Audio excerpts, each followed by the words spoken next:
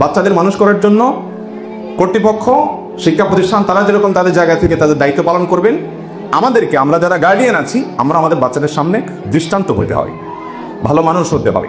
আপনি চোখের পানি ফেলবেন, তাহাজ্জুদ পড়ে, 5 ওয়াক্ত সালাত পড়ে, আল্লাহর সামনে হাত ধরে জুমার দিন আসর করে চোখের পানি ফেলবেন, আল্লাহ আমার নাম ধরে বাচ্চার জন্য, আল্লাহ এই বাচ্চাটাকে আপনি এইটা হিসাবে কবুল করেন, ওকে ওইটা হিসাবে কবুল করেন। বাচ্চা শুনবে, বাচ্চা শুনবে। আপনারা আমার আব্বার একটা ভিডিও অনেকে শুনেছেন অনলাইনে, আমার মনে পড়ে আমি তখন 10 কি 12 বছর হবে বয়স। আমার বাবার তখন সাতক্ষীরাতে ঘেরের ব্যবসা আছে, ঘেরের মাঝখানে একটা ঘর ছিল, সেখানে কর্মচারীরা থাকতো, আব্বাও থাকতেন, আমি মাদ্রাসা বন্ধ হলে সেখানে এসে থাকতাম। আমার এখনো সেই দৃশ্য মনে পড়ে যে এমন কোনো রাত যায় নাই যে রাত ভোর রাতে ধরেন 3টা 3:30টার দিকে বাবার তাহাজ্জুদের পরের কান্নার আওয়াজে আমাদের ঘুম ভাঙে নেই। এরকম একটি রাত যায় নাই, প্রতিটি রাত আমি দেখেছি ওর বাবা কেঁদেছে। আমার কখনো মনে পড়ে না যে বাবার সাথে শুয়েছি আর ভোর রাতে বাবা তাহাজ্জুদের সময় শুয়েছি, তাই চিৎকার করে চেঁচামেচি করে কাঁদতে নাম ধরে ধরে, আল্লাহ আমার অমুক ছেলেকে আপনি মানুষ করেন, অমুক ছেলেকে মানুষ করেন, চোখের পানি পড়ে। আমার মাকে দেখেছি জানা মাঝে বিছানা বাসি তো চোখের না, বহু দেখেছি। এবং এই চোখের পানিগুলো আল্লাহ রাব্বুল আলামিনের কাছে কবুল হবে, তার আগে নগদ যে এফেক্ট হবে সেটা হলো আপনার বাচ্চা সেখান থেকে প্রভাবিত হবে। আমরা বেশিরভাগ অভিভাবকরা মনে করি যে যারা মাদ্রাসা বা স্কুল করেন ওনাদের কাছে বোধহয় কোনো ক্যাপসুল আছে, এই ক্যাপসুলটা আমার বাচ্চাকে ওনারা খাওয়াই দিলে এই বাচ্চা রাতারাতি একেবারে ফেরেশতার মতো মানুষ হয়ে যাবে। বেশিরভাগ অভিভাবকদের অ্যাটিটিউড হাবভাব এরকম, ওনারা বাচ্চাদেরকে বাসা থেকে তেমন কোনো সাপোর্ট দিতে রাজি না, কিন্তু ওনারা চান এখান থেকে সব মানুষ হয়ে যায়। মাদ্রাসাগুলোতে তো আরো সমস্যা, এটা যেহেতু ইসলামিক স্কুল অতএব এখানেও ওই সমস্যা না থাকার কথা। সেটা হলো অনেক অভিভাবক আছে নিজে সুদের কারবার করবেন, নিজে ঘুষ খাবেন, নিজে হারাম কারবার করবেন। অনেক মা আছে নিজে সারাদিন ফিল্ম দেখবেন, ইউটিউবে, ফেসবুকে, বিভিন্ন জায়গায় নিজের সময় সব ধ্বংস করবেন। এরপর আবার তিনি চাইবেন যে আমার ছেলেটা একজন দাঈ আল্লাহ হবে, একজন আলেমে দ্বীন হবে। How funny! এটা কিভাবে সম্ভব? এটা কোনোদিনই সম্ভব না যে আপনি আপনার ছেলেকে মেয়েকে দাঈ আল্লাহ করবেন, আলেম করবেন, আর আপনি তার জন্য নিজেকে ভালো মুসলিম হিসাবে গড়ে তোলার চেষ্টা ন্যূনতম যেটা করা দরকার সেটা করবেন না। কিভাবে হতে পারে? এটা হবে না কোনোদিনই। এই জন্য আমাদের নিজেদের অভিভাবকদেরকে সবকিছুর আগে মানুষ হতে হবে। অনেক অভিভাবক মনে করে কি যে আমি যত অপকর্ম করি, যত হারাম হালাল বাজ বিচার করি বা না করি, ছেলেটাকে যদি হাফেজে কোরআন বানা যায় 10 জনের সুপারিশ করে জান্নাতে নেওয়া যাবে। অতএব 10 জনের মধ্যে আমি তো বাপমা 1-2 জন তো আসি আমরা। অতএব নিজেদের জান্নাতে যাওয়ার জন্য অনেকে ছেলে মেয়েরে মাদ্রাসা ভর্তি করে, যে আমার যা আছে সব রিকভার করে সে 10 জনরে পার করে নিয়ে চলে যাবে। এই জয়ীফ হাদিসটির অপব্যবহার আমাদের অনেককে বিভ্রান্ত করে দিয়েছে। আমি বিনয়ের সাথে বলতে চাই, আবার সে প্রথম কথাটা আমি বলতে চাই, আল্লাহর শপথ করে বলছি, আল্লাহ তাআলা আপনাকে যদি বাংলাদেশের সবচেয়ে বড়, একেবারে সিনিয়র, সবচেয়ে বড় প্রথম সারির ব্যবসায়ী হওয়ার তৌফিক দেন, সবচেয়ে বেশি পয়সা হওয়ার তৌফিক দেন, আল্লাহর শপথ করে বলছি, আমি মনে প্রাণে বিশ্বাস করি আমার এই বুকে শত শত হাজার ফ্যামিলির অভিজ্ঞতা আছে। সেই অভিজ্ঞতার আলোকে আমি বিশ্বাস করি আপনি এই যুগে আপনার ছেলেটা আপনার সামনে গ্রাজুয়েশন কমপ্লিট করার পর, আলেম হওয়ার পর মাথা নিচু করে তাকাবে, আপনার চোখের দিকে তাকিয়ে কথা বলতে লজ্জাবোধ করবে, আপনার সামনে কাচুমুচু হয়ে দাঁড়াবে, আপনাকে মা বাবাকে রাজার মতো, রানীর মতো করে সম্মান করতে জানবে, এবং ইসলামিক যে ম্যানার্সগুলো আছে সেগুলো তার ভিতরে ধারণ করবে।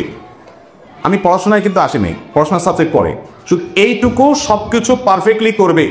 এই পর্যায়ে যদি আপনার সন্তানকে নিতে পারেন তাহলে ওই বিলিয়নার ব্যবসায়ীর চাইতে আপনি অনেক বেশি সাকসেস আজকের এই বাস্তবতায়, এই সমাজে। এতটা কঠিন হয়ে গেছে এটা। বাপ মা তাহাজ্জুদ গুজার অনেক আছে কিন্তু সন্তান মানুষ করতে পারে না। এই জন্য অভিভাবকদেরকে বলতে চাই, আপনারা সব কিছুর আগে বাচ্চাদের জন্য নিজেরা সোজা হয়ে থাক, যে আমি হয়তো এত তাড়াতাড়ি ভালো হতাম না, কিন্তু বাচ্চাটার খাতিরে আমি ভালো হয়ে যাই, যে ওর মধ্যে যেন বাজে প্রভাব না পড়ে। হারাম উপার্জন আমি করব না, আমার বাসায় ঢুকাবো না, বাচ্চাকে পেটে দিব না। হারাম খাওয়াবেন, হারাম পড়াবেন, হারাম টাকা দিয়ে বাচ্চাকে বড় করে গড়ে তুলবেন, ফ্ল্যাট করবেন, প্লট করবেন, বাড়ি করবেন, গাড়ি করবেন, আর আশা করবেন ছেলে মানুষ হয়ে যাবে। ইম্পসিবল, কোনোদিনই হবে না। কথা সাফ। এই জন্য তওবা করেন, আগে যা করছেন না করছেন এখন নতুন করে সংকল্প করেন। নাম্বার 1। নাম্বার 2, বাচ্চার সামনে নিজেকে মডেল হিসাবে পেশ করতে হবে, আদর্শ হিসাবে পেশ করতে হবে। বাচ্চারা কিন্তু ওয়াজ শুনে আমল করে না, বাচ্চারা দেখে দেখে আমল করে। বাচ্চারা কিন্তু যা দেখে সেটা সে শেখে। আপনি মুখে বলতেছেন মিথ্যা বলতে হয় না আব্বু, কিন্তু আপনি নিজে মিথ্যা বলেন ফোনে আরেকজনের সাথে, তখন বাচ্চা শিখে যে মিথ্যা বলতে হয় না, এটা কথার কথা, এটা হলো বিদ্যা। কিন্তু দুনিয়াতে চলতে গেলে ওই বিদ্যা অনুযায়ী চললে হবে না। এখানে আব্বু আম্মু যেটা প্র্যাকটিস করতেছেন ওইটাই করতে হবে দুনিয়া টিকে থাকতে হলে, এটা ও শিখে বড় হবে। অতএব দিন শেষে ও মৃত্যু কি হবে, দিন শেষে ও চোরই হবে, ও বাটপানি হবে, ও চিটানি হবে, ও প্রতারকই হবে, ও দুর্নীতিবাজী হবে, ও খারাপ মানুষ হবে, ও ভালো মানুষ হবে না। এই জন্য আমি বলি ভাই, আল্লাহর ওয়াস্তে বাচ্চাটাকে মানুষ করার প্রয়োজনে অন্তত নিজেরা মানুষ হয়ে যেতে হবে। যে আমাদের বাসায় কোনো মিথ্যার চর্চা হবে না, আমাদের বাসায় কোনো আপনি লুকোচুরি করে ইউটিউবে কোনো ফিল্ম দেখছেন, কোনো ক্লিপ দেখছেন, আপনি চান আপনার বাচ্চা না দেখো। ম্যাক্সিমাম পরিবারের অবস্থা যে বাবা মা চায় যে আমি লুকালুকি করে একটু দেখি, কিন্তু বাচ্চা যেন না দেখে। আপনি দেখবেন, আপনার বাচ্চা দেখবে না, সে ফেরেশতা হবে, এটা কোনোদিনই হবে না। আপনি তার সামনে তার অগোচরে সর্বাবস্থায় নিজেকে ফেরেশতার মতো করে তোলার সংকল্প করতে হবে। আজকাল ম্যাক্সিমাম বাপ মা নিজেরা অমানুষ, নিজেরা ভালো মুসলমান না, চান যে ছেলে ফেরেশতা হয়ে যাবে, মেয়ে ফেরেশতা হয়ে যাবে। কিভাবে সম্ভব এটা? আপনি নিজে মানুষ হওয়ার নিয়ত না করলে অযথা আলেমদের সময় নষ্ট করেন না। আলেমদের অযথা সময় নেই, তাদের হাতে অনেক ব্যস্ত, অনেক কাজ। এই জন্য আপনাদের নিজেদেরকে সংকল্প করতে হবে। আমি দীর্ঘায়িত করে ফেলেছি। সৈয়দ আবুল হাসান আলী নদভী রহমতুল্লাহ আলাইহি ভারতবর্ষের একজন মহান ব্যক্তিত্ব, মুসলিম বিশ্বের নোবেল হিসেবে বিখ্যাত বাদশাহ ফয়সাল অ্যাওয়ার্ড পেয়েছেন যারা, তাদের মধ্যে একজন। 2-3 জন মানুষ পেয়েছেন ভারতবর্ষে, সৈয়দ আবুল হাসান নদভী রহমতুল্লাহ আলাইহি। তার একটা বই আছে, ছোট্ট ছোটি বই, মেরি আম্মা, বাংলা অনুবাদ হয়েছে আমার আম্মা। ওই বইটা পড়ে দেখবেন যে আলিমিয়া নদভীকে আলিমিয়া হিসেবে গড়ে তোলার জন্য তার মায়ের অবদান কিছুই। তিনি লিখেছেন যে আমার মা ছোটবেলা আমি যখন বিছানায় ছোট থাকতাম তখন জায়নামাজে উনি দোয়া করতেন, একটা বাক্য আমার মুখস্থ রয়ে গেছে। দোয়া কি? আয় আল্লাহ এক সে হাজারোं की जरूरत पूरी फरमा। তিনি ইউপি উত্তরপ্রদেশের মানুষ ছিলেন। দোয়া করতেন আল্লাহ আমার এক বাচ্চাকে দিয়ে 1000 আলেম যে কাজ করতে পারে সেই কাজ তাকে করার তৌফিক দেন। আল্লাহ তাআলা দোয়া কবুল করছেন আলহামদুলিল্লাহ। বাবা মায়ের যে দোয়া, এটা বাচ্চা কিন্তু ওরা সবকিছু দেখে, ওরা সবকিছু বুঝে যে আমার বাবা আমার জন্য কতটা সিনসিয়ার, আমার মা আমার জন্য কতটা সিনসিয়ার।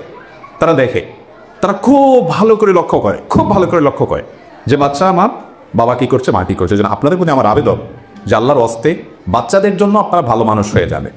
মোবাইলে মহিলা আমাদের বোনরা যারা আছেন তাদেরকে বলছি, মোবাইলে আপনারা হারাম খারাপ কিছু দেখবেন না, মিউজিক কখনো শুনবেন না।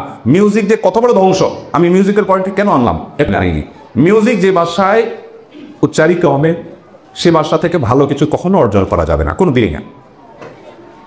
অতএব মিউজিকের ব্যবহার আপনার বাসা হবে না। এখন ইউটিউবে ঢুকলে মিউজিক ছাড়া কিছু নেই, তো প্রয়োজন আমি ঢুকবোই না। আর যদি ফিল্টার করে ব্যবহার করতে পারি করুক, এটা আপনারা করবেন।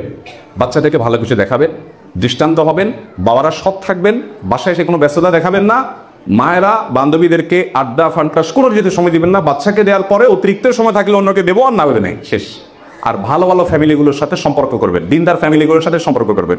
আমি আমার বাচ্চা বলেন, ফ্যামিলি বলেন, আমি চেষ্টা করি যে কোথায় কোন বাসার বাচ্চারা একটু ভালো ভদ্র, কারা একটু আমলদার আল্লাহওয়ালা, কোন বাসার মহিলাটা একটু বেশি দিনদার, পুরুষরা একটু মুত্তাকি পরেজগার, খুঁজে খুঁজে তাদের সাথে আমরা সম্পর্ক করি যে তার সাথে চলে দিন আমি তো তার মতো হতে পারি, যদি তার তাকওয়াটা আমার মধ্যে একটু আসে।